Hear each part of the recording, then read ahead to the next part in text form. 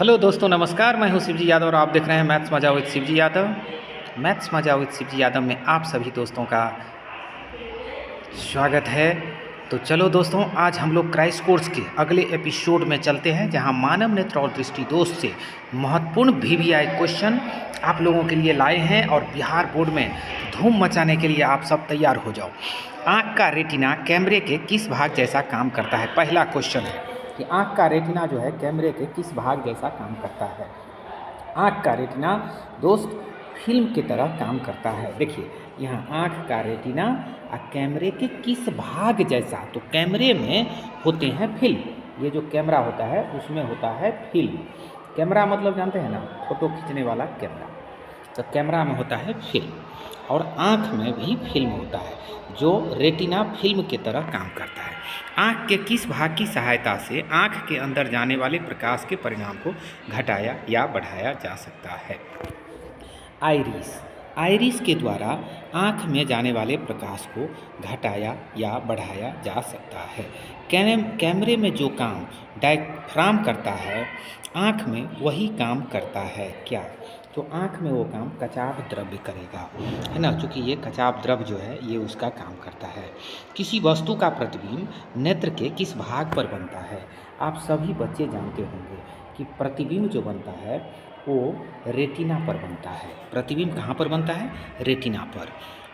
नेत्र में किसी वस्तु का बना प्रतिबिंब होता है।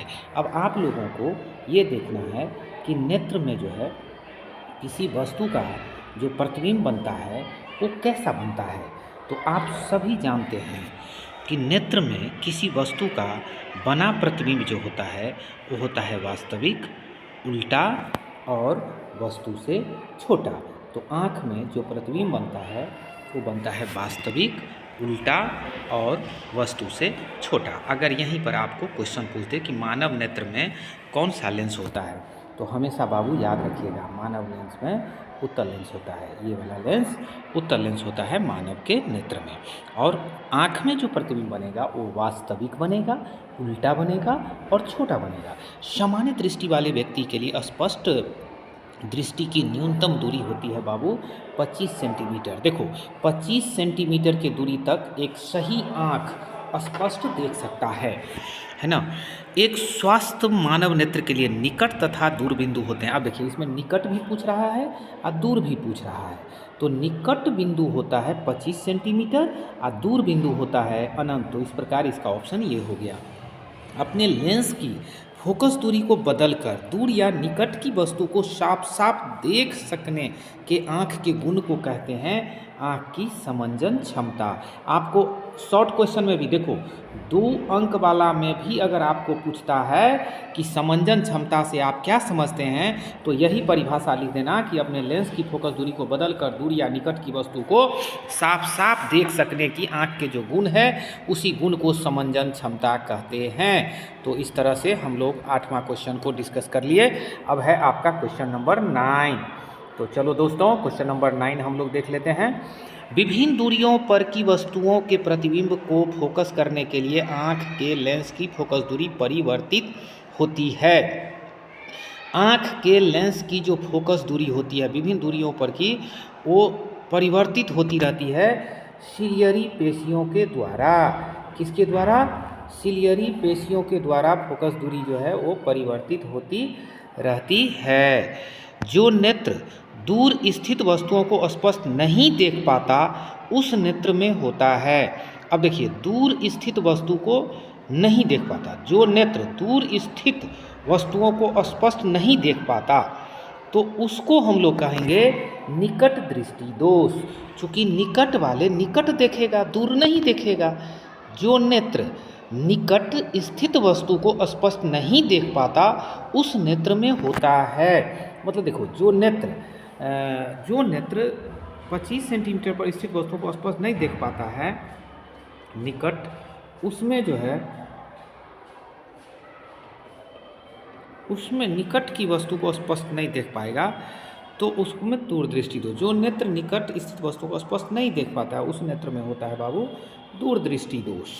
नेत्र लेंस की फोकस दूरी अधिक हो जाने से कौन सा दृष्टि दोष होता है? तो देखिए, नेत्र लेंस की अगर फोकस दूरी अधिक हो जाएगा तो वो दूर देखेगा, तो इसीलिए उसको दूर दृष्टि दोष हो जाएगा। दूर दृष्टि दोष हो जाएगा। किस दृष्टि दोष में किसी वस्तु का प्रतिबिंब रेटिना के आगे बनता है? अब देखिए, रेटिना के आगे बनेगा तो वो दूर दृष्टि दोष होगा, और निकट दृष्टि दोष में रेटिना के पीछे बनता है। दूर दृष्टि दोष का उपचार किस प्रकार के लेंस से किया जा सकता है? देखिए, दूर देखना, दूर दृष्टि दोष मतलब दूर दिखाई देगा, नज़दीक दिखाई नहीं देगा। तो ऐसे लेंस के लिए हम लोगों को उत्तल लेंस का उपयोग करना चाहिए, और उत्तल लेंस को ही हम लोग अभिसारी लेंस कहते हैं। नेत्र की समंजन क्षमता कम हो जाने से उत्पन्न होता है। अब देखिए, नेत्र की अगर समंजन मतलब एडजस्टमेंट कैपेसिटी अगर कम हो जाएगा तो दोस्तों उससे उत्पन्न होता है एक दोष, जिस दोष का नाम है जरा दृष्टि दोष। उस दोष को क्या नाम है? जरा दृष्टि दोष। तारों के टिमटिमाते प्रतीत होने का कारण है। तारे जो टिमटिमाते हैं वो क्यों टिमटिमाते हैं? तो ये टिमटिमाते हैं वायुमंडलीय अपवर्तन के कारण। एक साधारण प्रिज्म कितने सतहों से घिरा रहता है? 6, 5, 4, 3। देखो, एक प्रिज्म जो होता है उसमें 5 सतह होते हैं। देखो, प से प्रिज्म, प से 5, ऐसे याद रखना, प से प्रिज्म, प से 5 सतह होता है। हम तो आपको डायग्राम बना करके भी दिखा सकते हैं। एक प्रिज्म द्वारा श्वेत प्रकाश के स्पेक्ट्रम में वर्ण विक्षेपण जिस घटना के कारण होता है उस घटना को प्रकाश का अपवर्तन कहते हैं। अपवर्तन यानी रिफ्रैक्शन, इंग्लिश में रिफ्रैक्शन कहते हैं। तो रिफ्रैक्शन के ही कारण जो है ये सब चीज़ होता है। श्वेत प्रकाश जब एक प्रिज्म से होकर गुजरता है तो वर्ण अधिकतम विचलित होता है। सबसे ज़्यादा डेविएशन किस रंग का होता है? तो बैंगनी रंग का सबसे अधिक। आप लोग देखे होंगे वैबजियोर, है ना, वैबजियोर वर्ड जो हम लोग लिखते हैं तो उसमें VIBGYO तब आ रहता है, तो सबसे नीचा में वायलेट कलर होता है बाबू। तो वायलेट कलर जो होता है सबसे नीचा में होता है, इसीलिए हम लोग कहेंगे कि बैंगनी कलर का जो है सबसे ज़्यादा जो है विचलन होता है बैंगनी कलर का। किसी कण पर पड़कर प्रकाश के एक अंश के विभिन्न दिशाओं में छितराना। देखो, जब ये कहे प्रकाश को किसी सतह पर पड़ा और वहाँ से वो छितरा गया, तो छितराने में स्कैटरिंग होता है, और स्कैटरिंग को हिंदी में कहते हैं प्रकीर्णन। इसलिए ये ऑप्शन इसका सही हो जाएगा। आप सब जो है स्क्रीनशॉट लेना हो तो ले लो और एकदम तैयार करो। वीडियो को खाली सुनते जाओ, सुनते सुनते देखो तुम्हारा कैसा तैयारी हम करवा देते हैं। किसी कोलाइडी विलयन में निम्नलिखित कणों से प्रकाश के प्रकीर्णन को कहा जाता है। कोलाइडी विलयन, टिंडल प्रभाव कहते हैं इसको बाबू। किंडल मत मार लेना, यहाँ है टिंडल, टिंडल प्रभाव, ये टिंडल प्रभाव कहते हैं। कोलाइडी विलयन जो है ना उसमें निलंबन हो जाता है, कण दिखाई नहीं पड़ता है, तो उसको टिंडल प्रभाव के कारण होता है। चंद्रमा पर खड़े अंतरिक्ष यात्री को आकाश प्रतीत होता है। देखो, चंद्रमा पर अगर कोई आदमी चला जाएगा तो उसको पूरा आकाश जो है वो काला दिखाई पड़ता है।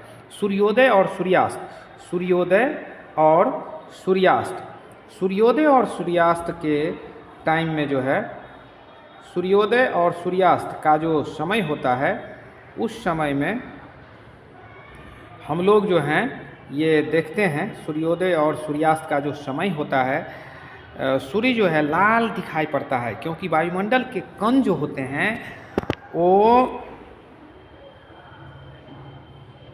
नीले रंग को बहुत अधिक प्रकीर्णित कर देता है। किस रंग को करता है? नीले रंग को। सूर्य लाल क्यों दिखाई पड़ता है? क्योंकि वो नीले रंग जो होते हैं उसको प्रकीर्णित कर देते हैं, इसलिए वायुमंडल जो है वो लाल दिखाई पड़ते हैं। निम्नलिखित में से कौन सा कथन सत्य नहीं है? देखिए, ये कह रहा है सत्य नहीं है। पहला, श्वेत प्रकाश कई रंगों का मिश्रण है। दूसरा, श्वेत प्रकाश में बैंगनी वर्ण के प्रकाश का तरंगदैर्घ्य सबसे कम होता है। श्वेत प्रकाश, देखिए श्वेत प्रकाश कई रंगों का मिश्रण है, तो ये सही है। इसमें कह रहा है कौन कथन सत्य नहीं है? श्वेत प्रकाश में बैंगनी वर्ण के प्रकाश का तरंगदैर्घ्य सबसे कम होता है, एकदम सही बात है, कम होता है। श्वेत प्रकाश में लाल वर्ण के प्रकाश का तरंगदैर्घ्य सबसे अधिक होता है, ये भी सही है। श्वेत प्रकाश के वर्ण विक्षेपन में बैंगनी रंग का विचलन सबसे कम होता है, यही तो गलत है, और इसीलिए यही आंसर हो जाएगा, क्योंकि इसमें कह रहा था कि गलत क्या होगा ये चूज करने के लिए। तो साथियों, ये था आप लोगों का प्रकाश ये हमारा मानव नेत्र और दृष्टि दोष से जुड़े क्वेश्चन जो है आपके लिए, और आप जो हैं इस तरह से देख रहे हैं कि ये निम्नलिखित में ये 24 क्वेश्चन हम लोग जो है इस वीडियो के माध्यम से देखा। आप सभी दोस्तों को मैं आशा करता हूं कि ये सभी प्रश्न जो है अच्छा लगा होगा, और आप लोग इसको परीक्षा के दृष्टिकोण से 2025 में धूम मचाने के दृष्टिकोण से अच्छे से तैयारी कर लीजिएगा। और फिर हम अगले इसी मानव नेत्र और दृष्टि दोष के अगले वीडियो में हम मिलेंगे, पार्ट 2 में मिलेंगे, जिसमें और भी क्वेश्चन आपको हम कराएंगे। तो साथियों, इसी के साथ जय हिंद। और एक बात कहना जो है नहीं भूलेंगे कि आप लोग जो है वीडियो को जो है थोड़ा लाइक करें, सब्सक्राइब करें, और अपने दोस्तों में जो है आप जो है शेयर कर दें, ताकि वो भी इसका लाभ उठा सके। तो इसी के साथ हम आपको जय हिंद, जय भारत, जय मिथिला, जय पिपरा। Thank you.